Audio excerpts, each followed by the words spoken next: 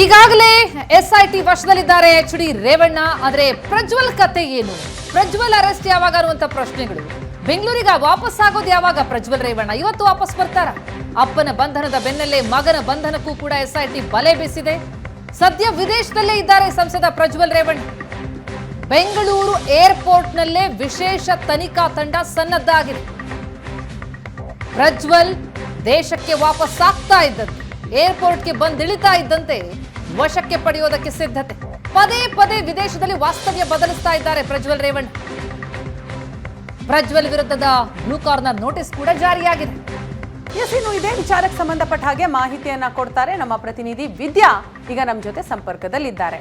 ವಿದ್ಯಾ, ಈಗಾಗಲೇ ಅಪ್ಪ ಅರೆಸ್ಟ್ ಆಗಿದ್ದಾರೆ, ಮಗನ ಕಥೆ ಏನು ಅನ್ನುವಂತಹ ಪ್ರಶ್ನೆ. ಸೊ ವಿದೇಶದಲ್ಲಿರುವ ಪ್ರಜ್ವಲ್ ಇವತ್ತು ಬೆಂಗಳೂರಿಗೆ ಬರೋದು ಖಚಿತ ಆಗ್ತಾ ಇದೆಯಾ? ಏನ್ ಮಾಹಿತಿ SIT ಇಂದ ಸಿಗ್ತಾ ಇದೆ? ಜೊತೆಗೆ ಎಲ್ಲೆಲ್ಲಿ ಯಾವ್ಯಾವ ಏರ್ಪೋರ್ಟ್ನಲ್ಲಿ ಸಿದ್ಧತೆಯನ್ನು ಮಾಡ್ಕೊಂಡಿದ್ದಾರೆ ಅಧಿಕಾರಿಗಳು?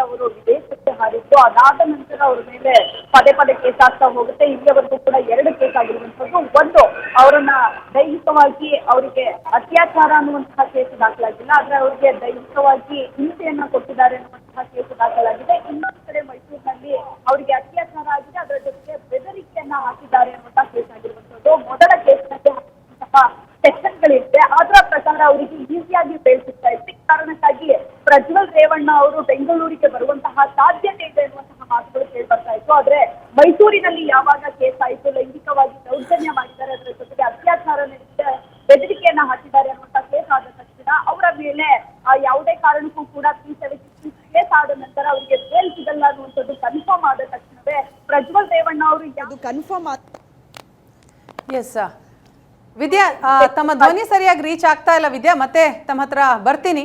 ಒಟ್ನಲ್ಲಿ ಪ್ರಜ್ವಲ್ ರೇವಣ್ಣ ಇವತ್ತು ಬೆಂಗಳೂರಿಗೆ ವಾಪಸ್ ಆಗ್ತಾರಾ? SIT ಆ ಬಗ್ಗೆ ಸುಳಿವನ್ನ ಕೊಡ್ತಾ ಇದೆ.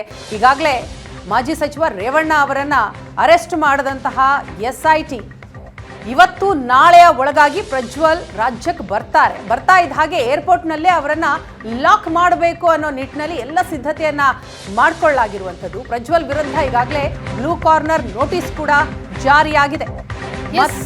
ಈ ಮಧ್ಯೆ ಮತ್ತೊಂದು ಬೆಳವಣಿಗೆ ಅಂತಂದ್ರೆ, ಮಾಜಿ ಸಚಿವ ರೇವಣ್ಣ ಏನ್ ಮಾಡ್ತಿದ್ದಾರೆ? ಜಾಮೀನು ಮೊರೆ ಹೋಗಲಿದ್ದಾರೆ. ಈಗಾಗಲೇ 4 ದಿನಗಳ SIT ಕಸ್ಟಡಿ ಕೊಡಲಾಗಿದೆ. ಹೀಗಾಗಿ ಇವತ್ತು ಕೋರ್ಟ್ಗೆ ರೇವಣ್ಣ ಪರ ವಕೀಲರು ಜಾಮೀನಿಗೆ ಅರ್ಜಿ ಸಲ್ಲಿಸುವ ಸಾಧ್ಯತೆ. ಕಳೆದ ವಾರ ನಿರೀಕ್ಷಣಾ ಜಾಮೀನು ಅರ್ಜಿಯನ್ನ ಕೋರ್ಟ್ ವಜಾಗೊಳಿಸಿತು. ಈಗ ಮತ್ತೆ ಜಾಮೀನು ಅರ್ಜಿಯನ್ನ ಸಲ್ಲಿಸಲಿದ್ದಾರೆ ರೇವಣ್ಣ ಪರ ವಕೀಲರು. ನಿನ್ನೆ 4 ದಿನ SIT ವಶಕ್ಕೆ ಅಂತ ನ್ಯಾಯಾಧೀಶರು ಕೊಟ್ಟಿದ್ದಾರೆ ರೇವಣ್ಣ ಅವರು. ಇವತ್ತು ಬೇಲರ್ಜಿ ಸಲ್ಲಿಸಿದ್ರೆ SIT ಪರ ವಕೀಲರು ಆಕ್ಷೇಪಣೆ ಸಲ್ಲಿಸುವಂತಹ ಚಾನ್ಸಸ್ ಇರುತ್ತೆ. ಕಸ್ಟಡಿಯಲ್ಲಿರೋದ್ರಿಂದ ಜಾಮೀನು ಕೊಟ್ರೆ ಅದು ತನಿಖೆಗೆ ಭಾರಿ ಹಿನ್ನಡೆಯಾಗುತ್ತೆ ಅಂತ SIT ವಾದ. SIT ಕಸ್ಟಡಿ ನಂತರವೇ ಹಾಗಿದ್ರೆ ರೇವಣ್ಣಗೆ ಜಾಮೀನು ಭಾಗ್ಯನ? ಜಾಮೀನು ಸಿಗೋವರೆಗೂ ಕೂಡ SIT ವಶದಲ್ಲೇ ಇರಬೇಕಾಗತ್ತೆ.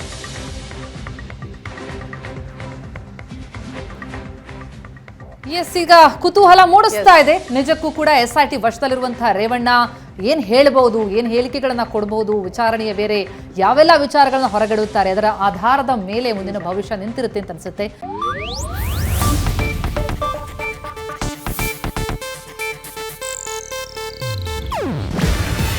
ಇದು ಏಷ್ಯಾನೆಟ್ ನ್ಯೂಸ್ ನೆಟ್ವರ್ಕ್ ಪ್ರಸ್ತುತಿ.